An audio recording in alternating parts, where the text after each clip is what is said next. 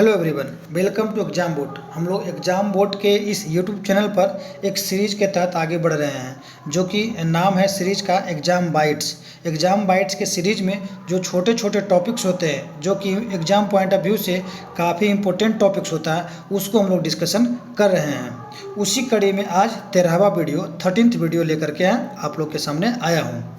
और आज का जो टॉपिक है वो टॉपिक है भारतीय प्रतिरक्षा, यानी कि इंडियन डिफेंस के बारे में हम लोग आज डिस्कशन करेंगे। ठीक है, बिना देर किए आइए पहले शुरू करते हैं। थल सेना, वायुसेना, नौसेना, इन तीनों का मुख्यालय नई दिल्ली है। हमारे यहाँ सेना में 3 सेना है। एक थल सेना जिसको हम लोग आर्मी कहते हैं, वायुसेना यानी कि एयरफोर्स कहते हैं, और नौसेना यानी कि नेवी कहते हैं। इन तीनों का मुख्यालय अगर आपको अलग अलग भी पूछ दिया तो आपको बताना है नई दिल्ली। ठीक है, भारत के प्रथम रक्षा मंत्री बताना है कि प्रथम रक्षा मंत्री कौन थे, तो वो हैं बलदेव सिंह। ठीक है, भारत के प्रथम रक्षा मंत्री कौन थे, तो बलदेव सिंह थे। थल सेना को 7 कमानों में बांटा गया है, यानी कि जब हम इंडियन आर्मी, थल मतलब ज़मीन होता है, पृथ्वी होता है, थल मतलब यानी कि ज़मीन पर रहने वाले सेना, यानी कि आर्मी के बारे में बोल रहा है। तो आर्मी को 7 कमानों में बांटा गया। आर्मी सेना को 7 कमानों में बांटा गया है। कौन कौन सा कहाँ पर इसका कमान है, यानी कि हेडक्वार्टर है, रीजनल हेडक्वार्टर है, तो देखिए साउथ का है पुणे में, यानी पूरे साउथ रीजन को कवर करेगा पुणे में। मध्य का है कहाँ पर है, लखनऊ में। पूर्वी का, ईस्ट का कहाँ है, कोलकाता में।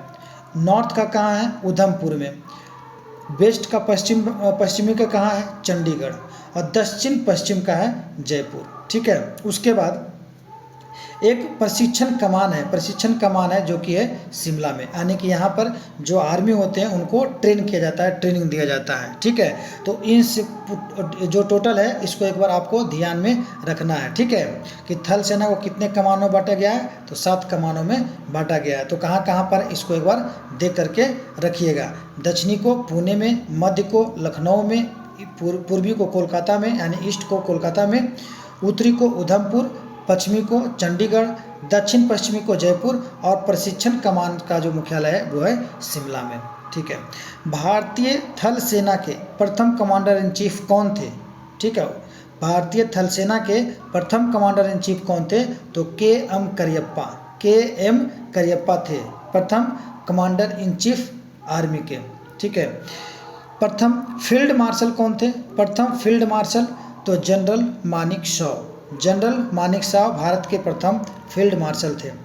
भारत की थल सेना विश्व में कितना नंबर पर है? 4था नंबर पर, यानी कि इंडियन आर्मी जो है पूरे विश्व में 4था नंबर पर हम लोग का पोजीशन है, मैंने संख्या में। उसके बाद हर चीज़ को देखा जाता है, स्किल किया जाता है, तो थल सेना हम लोग का जो इंडियन आर्मी है वो 4th पोजीशन पे पूरे वर्ल्ड में है। अगर हम एयरफोर्स की बात करते हैं वायुसेना का, तो ये 5वीं नंबर है, 5वीं पर हम लोग है पूरे वर्ल्ड में, 5वां पर। और नौसेना नेवी की बात करें तो 7वीं पर है। इसको आपको याद रखना है, ये आपके लिए VVI बनेगा क्वेश्चन। ठीक है, तो हम लोग का इंडियन आर्मी पूरे विश्व में 4था पोजीशन रखता है, वायुसेना 5वीं और नौसेना 7वीं।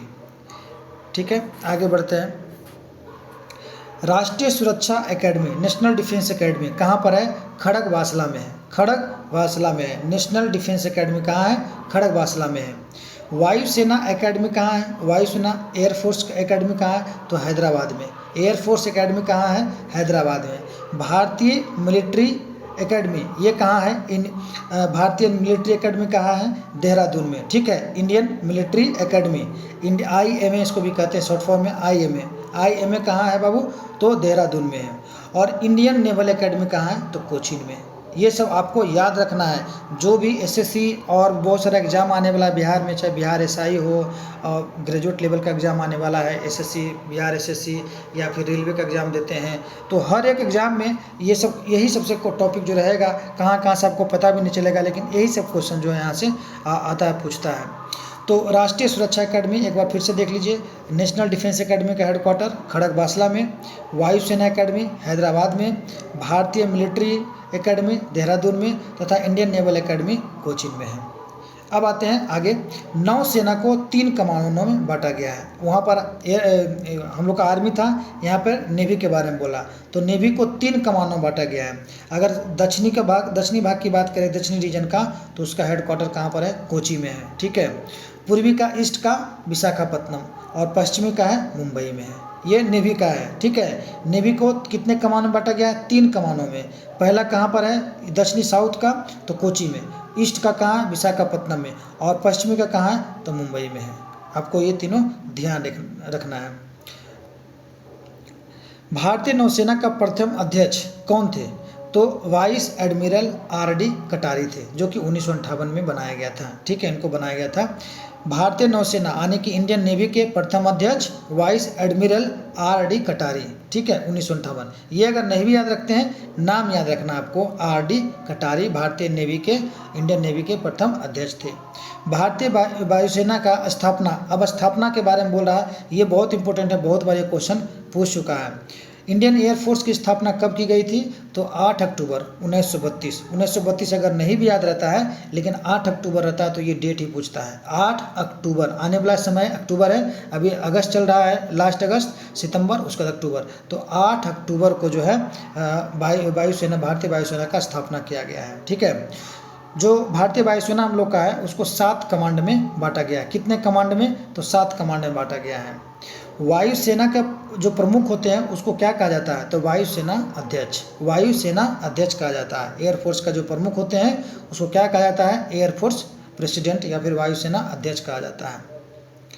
प्रथम एयर चीफ एडमिरल कौन थे? तो थॉमस एम हर्स्ट, ठीक है। प्रथम एयर चीफ एडमिरल तो थॉमस एम हर्स्ट था इनका नाम, याद रखिएगा।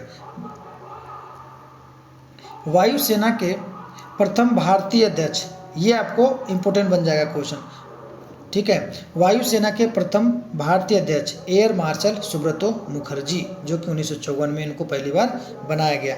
वायुसेना के प्रथम भारतीय अध्यक्ष एयर मार्शल सुब्रतो मुखर्जी।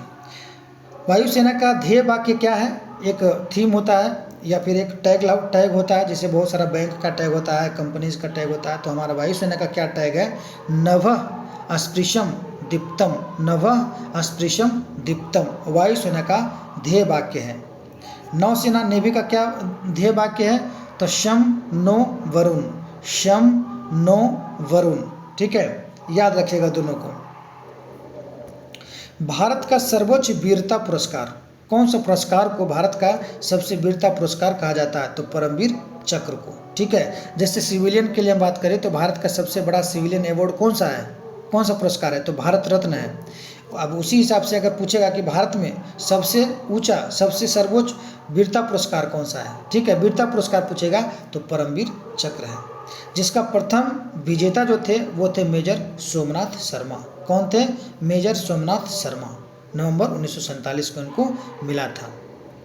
तीनों सेनाओं का जो प्रमुख होता है वो राष्ट्रपति ही होते हैं, ठीक है, याद रखना है। तीनों सेनाओं यानी कि एयरफोर्स, नेवी, आर्मी, तीनों का हेड, फाइनल हेड राष्ट्रपति ही होते हैं। हालांकि अभी का जो सिस्टम है, कॉन्सेप्ट है, चीफ ऑफ डिफेंस स्टाफ बनाया गया है, यानी कि एयरफोर्स, नेवी और आर्मी तीनों का जो हेड है वो तो रहेगा अलग अलग। तीनों का जो हेड रहेगा वो रिपोर्टिंग करेगा चीफ ऑफ डिफेंस स्टाफ को, और फिर चीफ ऑफ डिफेंस स्टाफ जो है वो रिपोर्टिंग करेंगे राष्ट्रपति को, ठीक है। अगर युद्ध का स्थिति है तो तीनों अपने हिसाब से राष्ट्रपति से, प्रधानमंत्री से जो को भी कंसर्न है उसको लेकर के काम कर सकता है, ठीक है।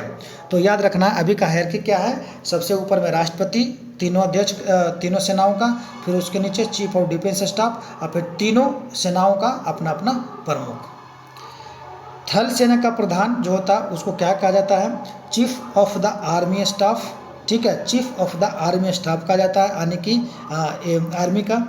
उसके बाद जल सेना यानी कि नेवी को क्या, प्रधान को क्या कहा जाता है? तो एडमिरल रैंक का chief of the naval staff कहा जाता है, chief of the naval staff, ठीक है। नेवी का जो प्रधान एडमिरल रैंक होता है क्या कहा जाता है? Chief of the naval staff. वायुसेना यानी कि एयरफोर्स के जो प्रधान होते हैं, एयर चीफ मार्शल रैंक का, उनको क्या कहा जाता है? Chief of the air staff, chief of the air staff, ठीक है, chief of the air staff कहा जाता है।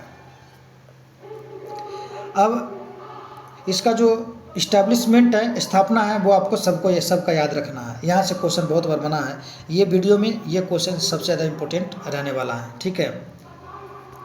थल सेना यानी कि आर्मी, थल सेना दिवस कब मनाया जाता है? तो 15 जनवरी को। थल सेना दिवस 15 जनवरी। नौसेना दिवस 4 दिसंबर, नौसेना दिवस 4 दिसंबर।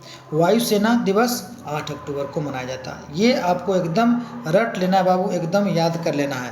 यानी कि आर्मी डे 15 जनवरी, नेवी 4 दिसंबर और एयरफोर्स 8 अक्टूबर को हम लोग मनाते हैं। नेक्स्ट, भारत में बनी पहली पनडुब्बी का नाम क्या था? तो INS सॉल्की, INS सॉल्की पहला पनडुब्बी, ठीक है। भारत में बनी पहली पनडुब्बी का नाम INS सॉल्की था। स्वदेशी डिजाइन एवं स्वदेश में निर्मित प्रथम प्रेक्षपात्र 1988 में प्रेषित किया गया, उसका नाम था पृथ्वी। स्वदेशी डिजाइन एवं स्वदेश में निर्मित प्रथम प्रेक्षपात्र 1988 में जो कि बनाया गया, उसको प्रेषित किया गया, उसका नाम क्या था? तो पृथ्वी नाम था। भारत का प्रथम टैंक रोधी प्रेक्षपात्र कौन था? नाग, ठीक है। भारत का प्रथम टैंक रोधी प्रेक्षपात्र, प्रथम टैंक भी आप कह सकते हो, भारत का प्रथम टैंक आपको याद रखना है, नाग था। भारत के प्रथम विमान वाहक पोत INS विक्रांत, विमान वाहक यानी कि INS विक्रांत जो है हम लोग का जो शिप होता है उस पर एयरफोर्स का, ठीक है, वहाँ पे आकर के लॉन्च के लिए मिसाइल वगैरह या फिर एयरक्राफ्ट वगैरह, हेलीकॉप्टर वगैरह, ये सब हम उस पर रख सकते हैं, ताकि जब युद्ध का अगर कोई ऐसा सिचुएशन रहे तो हम लोग समुद्र में अगर हैं तो समुद्र से ही हम लोग का एयरफोर्स वाले एयरफोर्स उड़ सकते हैं और कहीं भी जाकर के लड़ाई में भाग ले सकते हैं, ठीक है। तो इसीलिए उसको विमान वाहक पोत कहा जाता है। तो प्रथम विमान वाहक पोत INS विक्रांत है, ठीक है। भारत में बनने वाला सबसे पहला युद्धपोत INS नीलगिरी था, ठीक है। INS नीलगिरी भारत में बनने वाला पहला युद्धपोत था। भारतीय वायुसेना का पहला नाम क्या था? तो रॉयल इंडियन, ठीक है। भारतीय वायुसेना का पहला नाम क्या था? रॉयल इंडियन, यानी अंग्रेज के समय का रॉयल इंडियन एयरफोर्स कहा जाता था। नौसेना का सबसे पहले नाम क्या था? तो royal India marine, royal India marine था। तो गाइज इतना हम लोग का आज था, ठीक है, इंडियन डिफेंस में। इसको 1-2 बार वीडियो देखेंगे तो आपको जो है इसमें से कुछ याद हो जाएगा, और यही छोटा छोटा टॉपिक जो है कर करके 1-2 नंबर सभी टॉपिक से सिक्योर करते चलना है। अगर वीडियो अच्छा लगता हो तो इसको लाइक शेयर सब्सक्राइब कर सकते हैं। अच्छे से ध्यान से पढ़िए, बेस्ट विशेष है सभी एग्जाम्स के लिए आप लोगों को। इसी तरह से हम लोग करंट अफेयर्स के ऊपर भी काम कर रहे हैं, तो मेरा कोशिश रहेगा कि 1 सितंबर से लेकर के हम वीकली करंट अफेयर्स आप लेकर के आएँ, जो कि बैंक, SSC, BPSC सभी एग्जाम्स के लिए बहुत ही बढ़िया करंट अफेयर का कंटेंट रहेगा, जिसको पढ़ करके आसानी से करंट अफेयर में तो कहीं कोई दिक्कत नहीं हो सकता है, ठीक है। तो आज इतना ही करते हैं दोस्तों, थैंक यू सो मच।